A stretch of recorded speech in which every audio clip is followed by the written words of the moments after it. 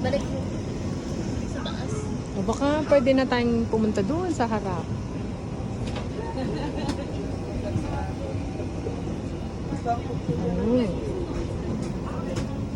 Naiwan kami dito. Oo, wala nang tao. Tayo na lang ang Tao naiwan. dun sa unahan eh. Baka lilipat tayo sa harap. Kasi sabi niya yung kumahay, sabi ba na daw natin kukunin yung baggage natin eh. Ha? Yung malita namin.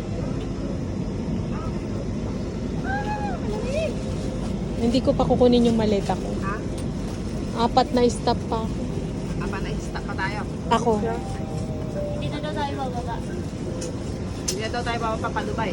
Oh, lumabas na silang lahat.